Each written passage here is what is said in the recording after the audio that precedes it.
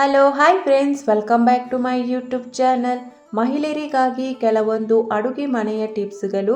ವಿಡಿಯೋವನ್ನು ಸ್ಕಿಪ್ ಮಾಡದೆ ಕೊನೆವರೆಗೆ ನೋಡಿ. ವಿಡಿಯೋ ಇಷ್ಟ ಆದರೆ ಲೈಕ್ ಮಾಡೋದನ್ನು ಮರಿಬೇಡಿ. ತುಪ್ಪದ ಡಬ್ಬಿಯಲ್ಲಿ ಲವಂಗವನ್ನು ಹಾಕಿಡಿ. ತುಪ್ಪ ಹೆಚ್ಚು ದಿನ ಫ್ರೆಶ್ ಆಗಿರುತ್ತದೆ. ಆಲೂಗಡ್ಡೆ ಪರೋಟ ಮಾಡುವಾಗ ಸ್ವಲ್ಪ ಕಸ್ತೂರಿ ಮೆಂತೆ, ಕೊತ್ತಂಬರಿ ಸೊಪ್ಪು, ಮೆಣಸಿನಕಾಯಿ ಹಾಗೂ ಆಮ್ಚೂರ್ ಪುಡಿ ಸೇರಿಸಿದರೆ ತುಂಬ ರುಚಿ ಬರುತ್ತದೆ. ಗೋಧಿ ಹಿಟ್ಟಿನ ಡಬ್ಬದಲ್ಲಿ ಕೆಂಪು ಮೆಣಸು ಹಾಕಿಡಿ, ಕೀಟಗಳು ಬರುವುದಿಲ್ಲ. ಬೆಂಡೆಕಾಯಿಯನ್ನು ತೊಳೆಯುವಾಗ ಬರುವ ಜಿಗುಟು ಕಡಿಮೆ ಮಾಡಲು ಅದರಲ್ಲಿ ಸ್ವಲ್ಪ ಹುಣಸೆ ಹುಡಿ ಹಾಕಿ. ಗೋಧಿ ನುಚ್ಚನ್ನು ಡ್ರೈ ರೋಸ್ಟ್ ಮಾಡಿ ಜಾರಿನಲ್ಲಿ ಹಾಕಿಡಿ, ಹೆಚ್ಚು ದಿನ ಫ್ರೆಶ್ ಆಗಿ ಇರುತ್ತದೆ. ಮಸಾಲೆ ಹೆಚ್ಚು ತೇವವಾಗುತ್ತಿದ್ದರೆ ಸಂಗ್ರಹಿಸುವ ಜಾರಿಗೆ ಸ್ವಲ್ಪ ಉಪ್ಪು ಸೇರಿಸಿ ಟಿಶ್ಯೂ ಪೇಪರಲ್ಲಿ ಅಕ್ಕಿ ಹಾಕಿ ಬಾದಾಮಿ ಜೊತೆ ಇಡಿ. ಬಾದಾಮಿ ಗರಿಗರಿಯಾಗಿರುತ್ತದೆ. ತರಕಾರಿಗಳನ್ನು ಕಡಿಮೆ ಎಣ್ಣೆಯಲ್ಲಿ ಬೇಯಿಸಲು ಮೊದಲೇ ಕಡಿಮೆ ಎಣ್ಣೆ ಹಾಕಿ ಬೇಯಿಸಿ. ಬೇಯಿಸಿಕೊಂಡ ನಂತರ ಸ್ವಲ್ಪ ಎಣ್ಣೆ ಹಾಕಿದರೆ ಇನ್ನೂ ರುಚಿಯಾಗುತ್ತದೆ. ಮೊಟ್ಟೆಯನ್ನು ನೀರಿನಲ್ಲಿ ಕುದಿಸುವಾಗ ಸ್ವಲ್ಪ ಎಣ್ಣೆಯನ್ನು ಸೇರಿಸುವುದರಿಂದ ಕುದಿಸುವಾಗ ಮೊಟ್ಟೆಗಳನ್ನು ಒಡೆಯುವುದನ್ನು ತಡೆಯಬಹುದು. ಲಟ್ಟಣಿಗೆಯನ್ನು ಫ್ರಿಜ್ಜಿನಲ್ಲಿಟ್ಟು ನಂತರ ಚಪಾತಿ ಲಟ್ಟಿಸಿ ಹಿಟ್ಟು ಅಂಟಲ್ಲ. ಆಲೂಗಡ್ಡೆಯನ್ನು ಕಟ್ ಮಾಡಿದ ನಂತರ ಅವುಗಳನ್ನು ನೀರಿನಲ್ಲಿ ಹಾಕಿಡಬೇಕು. ಹೀಗೆ ಮಾಡುವುದರಿಂದ ಕಟ್ ಮಾಡಿದ ಆಲೂಗಡ್ಡೆ ಕಪ್ಪಾಗುವುದಿಲ್ಲ. ಮೆಣಸಿನ ಪುಡಿ ಹೆಚ್ಚು ದಿನ ಫ್ರೆಶ್ ಆಗಿರಲು ಮೆಣಸಿನ ಹುಡಿ ಜಾರಿನಲ್ಲಿ 1 ಚಮಚ ಉಪ್ಪು ಹಾಕಿಡಿ. ಕತ್ತರಿಸಿದ ಟೊಮೆಟೊವನ್ನು ಹೆಚ್ಚು ದಿನ ಸ್ಟೋರ್ ಮಾಡಿಕೊಳ್ಳಲು ಅದರ ಮೇಲೆ ಸ್ವಲ್ಪ ಎಣ್ಣೆ ಹಚ್ಚಿ ಫ್ರಿಜ್ಜಿನಲ್ಲಿ ಇಟ್ಟುಕೊಳ್ಳಿ, ತಾಜಾ ಆಗಿರುತ್ತದೆ. ಅಂಟಿಕೊಂಡ ಪಾತ್ರೆಗಳನ್ನು ಫ್ರಿಜ್ಜಿನಲ್ಲಿಡಿ, ಸುಲಭದಲ್ಲಿ ಬಿಡಿಸಬಹುದು. ಮನೆಯಲ್ಲಿ ಗುಲಾಬ್ ಜಾಮೂನು ಮಾಡುವಾಗ ಜಾಮೂನು ಹಿಟ್ಟಿಗೆ ಸ್ವಲ್ಪ ಹಾಲು ಹಾಕಿ ಹಿಟ್ಟನ್ನು ಕಲಸಬೇಕು. ನೀರನ್ನು ಉಪಯೋಗಿಸಲೇಬಾರದು. ಹಾಲು ಹಾಕಿ ಹಿಟ್ಟನ್ನು ಕಲಸಿದರೆ ಜಾಮೂನು ತುಂಬ ಮೃದುವಾಗಿ ರುಚಿಯಾಗಿ ಬರುತ್ತದೆ. ಚಿಕನ್ ಮಸಾಲೆ ಹೆಚ್ಚು ದಿನ ಫ್ರೆಶ್ ಆಗಿರಲು ಚಿಕನ್ ಮಸಾಲೆಯಲ್ಲಿ ಲವಂಗವನ್ನು ಹಾಕಿಡಿ. ಪುದೀನ ಚಟ್ನಿ ಮಾಡುವಾಗ ಪುದೀನವನ್ನು ತುಂಬ ಮೃದುವಾಗಿ ಅರೆಯಬಾರದು. ಸ್ವಲ್ಪ ಕನಕಲಿರುವಂತೆ ಇಟ್ಟರೆ ಹೆಚ್ಚು ರುಚಿ ಬರುತ್ತದೆ. ಟೀ ಸೋಸುವ ಜರಡಿಗೆ ವೆನಿಗರ್, ಬೇಕಿಂಗ್ ಸೋಡಾ ಹಾಕಿ ತೊಳೆಯಿರಿ. ಕಲೆ ಕಡಿಮೆಯಾಗಿ ಜರಡಿ ಸ್ವಚ್ಛವಾಗುತ್ತದೆ. ಅಡುಗೆಯಲ್ಲಿ ಖಾರ ಜಾಸ್ತಿ ಇದ್ದರೆ ತೆಂಗಿನ ಹಾಲು ಅಥವಾ ತುರಿದ ತೆಂಗಿನಕಾಯಿ ಸೇರಿಸಿ. ಮಸಾಲೆಯುಕ್ತ ಗ್ರೇವಿಗಳು ಅಥವಾ ರಸಂಗೆ ತೆಂಗಿನ ಹಾಲು ಸೇರಿಸಿ. ಈರುಳ್ಳಿ ಕತ್ತರಿಸಿದ ನಂತರ ಕೈ ಚಾಕುವಿಗೆ ಆಲೂಗಡ್ಡೆ ಉಜ್ಜಿ ವಾಸನೆ ದೂರವಾಗುತ್ತದೆ. ಚಪಾತಿ ಬಿಸಿಯಾಗಿರುವಾಗ ಮಾತ್ರ ಮೃದುವಾಗಿರುತ್ತದೆ. ಸ್ವಲ್ಪ ಸಮಯದ ನಂತರ ಗಟ್ಟಿಯಾಗುತ್ತಿದ್ದರೆ ಚಪಾತಿ ಹಿಟ್ಟನ್ನು ಕಲಸುವಾಗ ಅದಕ್ಕೆ ಸ್ವಲ್ಪ ಹಾಲು ಸೇರಿಸಿ. ಚಪಾತಿಗಳು ತುಂಬ ಮೃದುವಾಗಿರುತ್ತವೆ. ಚಿಪ್ಸ್ ಎಣ್ಣೆಯಲ್ಲಿ ಫ್ರೈ ಮಾಡುವಾಗ ಚಿಟಿಕೆ ಉಪ್ಪು ಹಾಕಿ, ಕಡಿಮೆ ಎಣ್ಣೆ ಹೀರಿಕೊಳ್ಳುತ್ತದೆ. ಎಣ್ಣೆಯಲ್ಲಿ ಹಪ್ಪಳವನ್ನು ಕರೆದಾಗ ಅದನ್ನು ಒಂದು ಟಿಶ್ಯೂ ಪೇಪರ್ ಮೇಲೆ ಇಟ್ಟು ನಂತರ ಒಂದು ಪ್ಲಾಸ್ಟಿಕ್ ಕವರಿನಲ್ಲಿ ಹಾಕಿ ಇಟ್ಟರೆ 1 ವಾರದವರೆಗೆ ಹಪ್ಪಳ ಗರಿಗರಿಯಾಗಿ ಇರುತ್ತದೆ. ಶುಂಠಿ ಬೆಳ್ಳುಳ್ಳಿ ಪೇಸ್ಟ್ ಮಾಡುವಾಗ ಚಿಟಿಕೆ ಉಪ್ಪು ಸೇರಿಸಿ ರುಚಿ ಹೆಚ್ಚುತ್ತದೆ.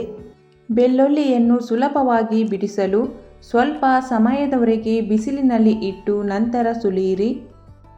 ಕೊತ್ತಂಬರಿಯನ್ನು ಎಣ್ಣೆ ಹಾಕದೆ ಹುರಿದಿಡಿ, ತುಂಬ ದಿನ ಫ್ರೆಶ್ ಆಗಿರುತ್ತದೆ. ಆಲೂಗಡ್ಡೆ ಬೇಗನೆ ಬೇಯಬೇಕೆಂದರೆ ನೀರಿಗೆ ಸ್ವಲ್ಪ ಉಪ್ಪು ಸೇರಿಸಿ ಪಾತ್ರೆಯ ಮುಚ್ಚಳ ಮುಚ್ಚಿ ಅಡುಗೆ ಮಾಡಿ. ಪಲ್ಯ ಸಾರು ಮಾಡುವಾಗ ಅಗತ್ಯಕ್ಕಿಂತ ಹೆಚ್ಚು ನೀರು ಹಾಕಬೇಡಿ. ಅನ್ನ ಬೇಳೆ ಬೇಯಿಸುವ ಮುನ್ನ 30 ನಿಮಿಷ ನೆನೆಸಿಡಿ. ಸಣ್ಣ ಬರ್ನರ್ ಮೇಲೆ ಸಣ್ಣ ಪಾತ್ರೆ, ದೊಡ್ಡ ಬರ್ನರ್ ಮೇಲೆ ದೊಡ್ಡ ಪಾತ್ರೆ ಇಡಿ. ಈ ಟ್ರಿಕ್ಸ್ನಿಂದ ಗ್ಯಾಸ್ ಉಳಿತಾಯವಾಗುತ್ತದೆ. ಮಾಂಸವನ್ನು ಬೇಯಿಸುವಾಗ ಅದಕ್ಕೆ ಸ್ವಲ್ಪ ಲಿಂಬೆಹಣ್ಣಿನ ರಸವನ್ನು ಹಾಕಿ ಬೇಯಿಸಿ. ಮಾಂಸವು ಸ್ಪಂಜಿನಂತೆ ಮೆದುವಾಗುವುದಲ್ಲದೆ ಬೇಗನೆ ಬೇಯುತ್ತದೆ. ಜೀರಿಗೆ ಪುಡಿ ತುಂಬ ದಿನದವರೆಗೆ ಫ್ರೆಶ್ ಆಗಿರಲು ಜೀರಿಗೆ ಪುಡಿ ಜಾರಿನಲ್ಲಿ ಟಿಶ್ಯೂ ಪೇಪರಿನಲ್ಲಿ ಲವಂಗವನ್ನು ಇಡಿ. ಅಕ್ಕಿಯೊಂದಿಗೆ ಸ್ವಲ್ಪ ಪುದೀನ ಎಲೆ ಹಾಕಿ ಬೇಯಿಸಿದರೆ ಅನ್ನ ಘಮ ಘಮ ಪರಿಮಳ ಬರುತ್ತದೆ. ಅರಿಶಿನ ಪುಡಿ ಹೆಚ್ಚು ದಿನ ಫ್ರೆಶ್ ಆಗಿರಲು ಅರಿಶಿನ ಪುಡಿ ಜಾರಿನಲ್ಲಿ ಪಲಾವ್ ಎಲೆಗಳನ್ನು ಹಾಕಿ ಇಡಿ. ತರಕಾರಿಗಳು ಬೇಗ ಕೆಡದಂತೆ ಇರಿಸಲು ಪ್ಲಾಸ್ಟಿಕ್ ಬಾಕ್ಸ್ಗಳ ಬದಲು ಬಟ್ಟೆ ಬ್ಯಾಗ್ ಅಥವಾ ಕಾಗದದ ಬ್ಯಾಗ್ ಉಪಯೋಗಿಸಿ. ಕೊತ್ತಂಬರಿ ಪುದೀನ ಚಟ್ನಿಗೆ 1 ಚಮಚ ಮೊಸರು ಸೇರಿಸಿ ವಾರಗಟ್ಟಲೆ ಫ್ರೆಶ್ ಆಗಿರುತ್ತದೆ. ಪನ್ನೀರನ್ನು ಡೀಪ್ ಫ್ರೀಜರ್ನಲ್ಲಿ ಇಡಬೇಕು. ಉಪಯೋಗಿಸುವ 3 ಗಂಟೆಗಳ ಮುನ್ನ ತೆಗೆದು ಇಟ್ಟು ನಂತರ ಅದನ್ನು ಬೇಕಾದ ಆಕಾರಕ್ಕೆ ಕಟ್ ಮಾಡಿ ಉಪಯೋಗಿಸಬಹುದು. ಆಲೂಗಡ್ಡೆ ಜೊತೆಗೆ ಲಿಂಬೆ ಸಿಪ್ಪೆ ಸೇರಿಸಿ ಬೇಯಿಸಿ. ಕುಕ್ಕರ್ ಕಪ್ಪಾಗಲ್ಲ. ಈರುಳ್ಳಿ ಬೇಗ ಬೇಯಬೇಕಾದರೆ ಬೇಯಿಸುವ ಮೊದಲು 10 ನಿಮಿಷ ಬಿಸಿಯಾದ ನೀರಿನಲ್ಲಿ ನೆನೆಸಿರಿ. ಅರ್ಧ ಉಳಿದ ಸೋರೆಕಾಯಿಗೆ ಲಿಂಬೆ ಉಜ್ಜಿ ಮುಚ್ಚಿಡಿ. ವಾರದವರೆಗೆ ಫ್ರೆಶ್ ಆಗಿರುತ್ತದೆ. ಟಾಯ್ಲೆಟ್ ತುಂಬ ಗಲೀಜಾಗಿದ್ದರೆ ಕ್ಲೀನ್ ಮಾಡಲಿಕ್ಕೆ ಒಂದು ಬೌಲಿಗೆ ಸ್ವಲ್ಪ ಬೇಕಿಂಗ್ ಸೋಡಾ, ಈನೋ, ಸ್ವಲ್ಪ ವಿನಿಗರ್ ಹಾಕಿ ಚೆನ್ನಾಗಿ ಮಿಕ್ಸ್ ಮಾಡಿ ಇದನ್ನು ಟಾಯ್ಲೆಟಿಗೆ ಹಾಕಿ 30 ನಿಮಿಷ ಹಾಗೆ ಬಿಡಿ. ನಂತರ ನೀರು ಹಾಕಿ ತೊಳೆಯಿರಿ. ಟಾಯ್ಲೆಟ್ ತುಂಬ ಚೆನ್ನಾಗಿ ಕ್ಲೀನ್ ಆಗುತ್ತದೆ. ಶುಂಠಿ ಹೆಚ್ಚು ಸಮಯ ತಾಜಾ ಇರಲು ಅದನ್ನು ಡಬ್ಬಿಯಲ್ಲಿ ಹಾಕಿ ಅದರ ಮೇಲೆ ಆಲಿವ್ ಎಣ್ಣೆ ಹಚ್ಚಿ ಮುಚ್ಚಿ. ಬಿಸಿ ಪಲಾವ್ ಅಥವಾ ಬಿಸಿಬೇಳೆ ಬಾತಿಗೆ ತಕ್ಷಣ ಖಾರ ಕಡಿಮೆಯಾಗಬೇಕಾದರೆ ಮೇಲೆ ತುಪ್ಪ ಚಿಟಿಕೆ ಹಾಕಿ. ಫ್ರಿಡ್ಜ್ನಲ್ಲಿ ವಾಸನೆ ಹೋಗಿಸಲು ಬೇಕಿಂಗ್ ಸೋಡಾ 1 ಬಟ್ಟಲಿನಲ್ಲಿ ಇಡಿ. ಬೆಂಡೆಕಾಯಿಯನ್ನು ಫ್ರೈ ಮಾಡುವಾಗ ಅದರ ಜೊತೆ ಲಿಂಬೆಹಣ್ಣು ಅಥವಾ ಹುಣಸೆ ಹಣ್ಣು ಹಾಕುವುದರಿಂದ ಅದು ಲೋಳೆಯ ಅಂಶವನ್ನು ಬಿಡುವುದಿಲ್ಲ. ದಿಢೀರ್ ಮಸಾಲೆ ಟೀ ಮಾಡಬೇಕಾದರೆ ಚಿಕ್ಕ ಚೂರು ಶುಂಠಿ, ಅರ್ಧ ಇಂಚು ಚಕ್ಕೆ, 1 ಲವಂಗ, ಏಲಕ್ಕಿ ಸಿಪ್ಪೆ ಹಾಕಿ ಟೀ ಪುಡಿ ಮತ್ತು ನೀರು ಕುದಿಯುತ್ತಿರುವ ವೇಳೆ ಹಾಕಿದರೆ ಟೀ ರುಚಿಕರವಾಗಿ ಸುವಾಸನೆಯಿಂದ ಕೂಡಿರುತ್ತದೆ. ಬೆಂಡೆಕಾಯಿ ಬೇಯಿಸುವಾಗ ಅದಕ್ಕೆ ಬೇಗ ಉಪ್ಪು ಸೇರಿಸಬೇಡಿ. ಆ ಬೆಂಡೆಕಾಯಿ ಸಂಪೂರ್ಣವಾಗಿ ಬೆಂದ ನಂತರ ಅಥವಾ ಫ್ರೈ ಆದ ನಂತರವೇ ಉಪ್ಪನ್ನು ಸೇರಿಸಿ. ಬೇಗ ಉಪ್ಪು ಸೇರಿಸುವುದರಿಂದ ಬೆಂಡೆ ಲೋಳೆಯಾಗುತ್ತದೆ. 8 ರಿಂದ 10 ಕರ್ಪೂರಗಳನ್ನು ಕುಟ್ಟಿ ಪುಡಿ ಮಾಡಿ. ಪುಡಿ ಮಾಡಿದ ಕರ್ಪೂರವನ್ನು ಅರ್ಧ ಲೀಟರ್ ನೀರಿಗೆ ಸೇರಿಸಿ ಚೆನ್ನಾಗಿ ಮಿಕ್ಸ್ ಮಾಡಿ. ನಂತರ ಈ ನೀರನ್ನು ಒಂದು ಸ್ಪ್ರೇ ಬಾಟಲಿಗೆ ಹಾಕಿ ಅಡುಗೆ ಮನೆಯ ಸಿಂಕಿನ ಕೆಳಗೆ, ಬಾತ್ರೂಮಿನ ಕಾರ್ನರ್, ಕಿಟಕಿಯ ಹತ್ತಿರ ಈ ನೀರನ್ನು ಸ್ಪ್ರೇ ಮಾಡಿ.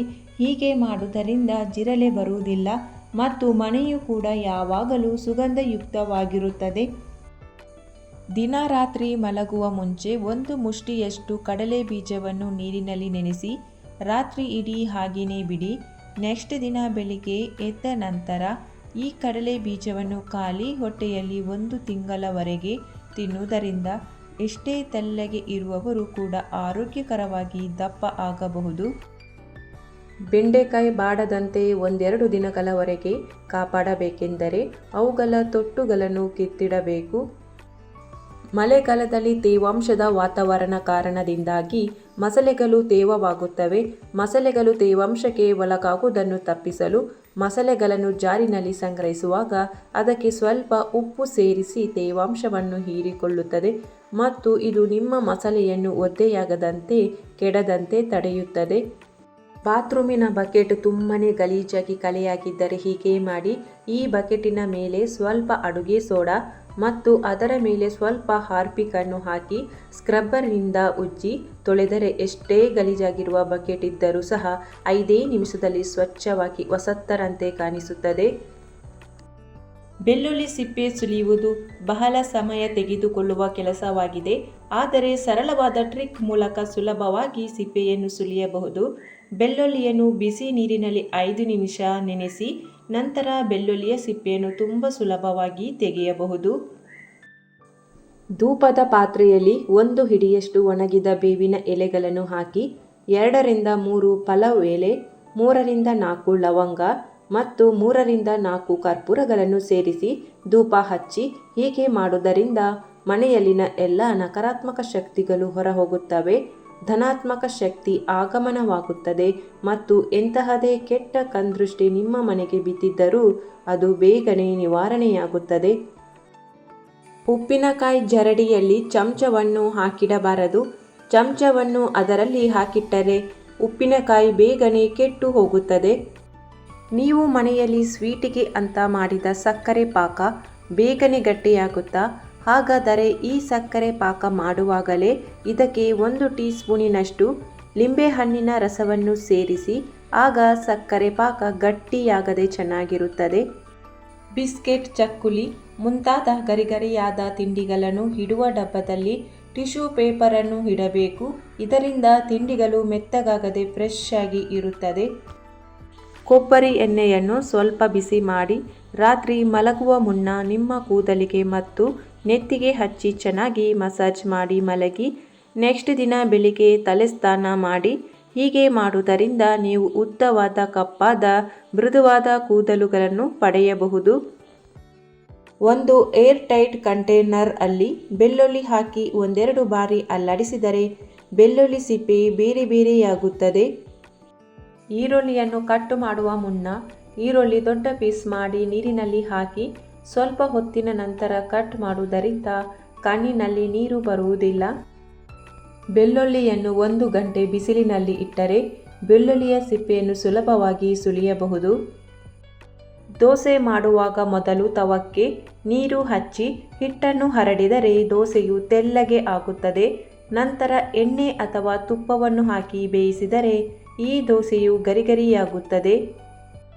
ಹಪ್ಪಳ ಸಂಡಿಗೆಗಳನ್ನು ಫ್ರೈ ಮಾಡುವಾಗ ಜಾಸ್ತಿ ಎಣ್ಣೆ ಹಿಡಿಯುತ್ತಾ? ಹಾಗಾದರೆ ಎಣ್ಣೆ ಫ್ರೈ ಮಾಡುವಾಗ ಎಣ್ಣೆಗೆ 1 ಟೀ ಸ್ಪೂನ್ನಷ್ಟು ಉಪ್ಪನ್ನು ಸೇರಿಸಿ ಹಪ್ಪಳ ಸಂಡಿಗೆಗಳನ್ನು ಕರಿಯಿರಿ. ಆಗ ಎಣ್ಣೆ ಹಿಡಿಯದೆ ಪರ್ಫೆಕ್ಟ್ ಆಗಿ ಬರುತ್ತದೆ. ಮನೆಯ ಗಾಜು ಕನ್ನಡಿಗಳಲ್ಲಿ ಧೂಳು ಹಿಡಿದಿದ್ದರೆ ಶೇವಿಂಗ್ ಕ್ರೀಮ್ ಬಳಸಿ ಕ್ಲೀನ್ ಮಾಡಿ. ಗಾಜಿನ ಮೇಲೆ ಶೇವಿಂಗ್ ಕ್ರೀಮ್ ಹಚ್ಚಿ 15 ನಿಮಿಷ ಹಾಗೆ ಬಿಡಿ. ನಂತರ ಒದ್ದೆ ಬಟ್ಟೆಯಿಂದ ಒರೆಸಿ. ಕನ್ನಡಿ ಫಲಫಲ ಹೊಳೆಯುತ್ತದೆ. ಬಾತ್ರೂಮ್ ಮತ್ತು ಕಿಚನ್ ಡ್ರೈನ್ ವಾಸನೆ ಬರುತ್ತಿದ್ದರೆ ಅದನ್ನು ಕ್ಲೀನ್ ಮಾಡಲು ಲಿಂಬೆ ಹಣ್ಣನ್ನು ಕಟ್ ಮಾಡಿ ಅದರ ರಸವನ್ನು ಬಾತ್ರೂಮ್ ಅಥವಾ ಕಿಚನ್ ಡ್ರೈನಿಗೆ ಹಾಕಿ ನೋಡಿ. ಬೇಗ ಕ್ಲೀನ್ ಆಗುತ್ತದೆ, ಒಳ್ಳೆಯ ಸ್ಮೆಲ್ ಬರುತ್ತದೆ.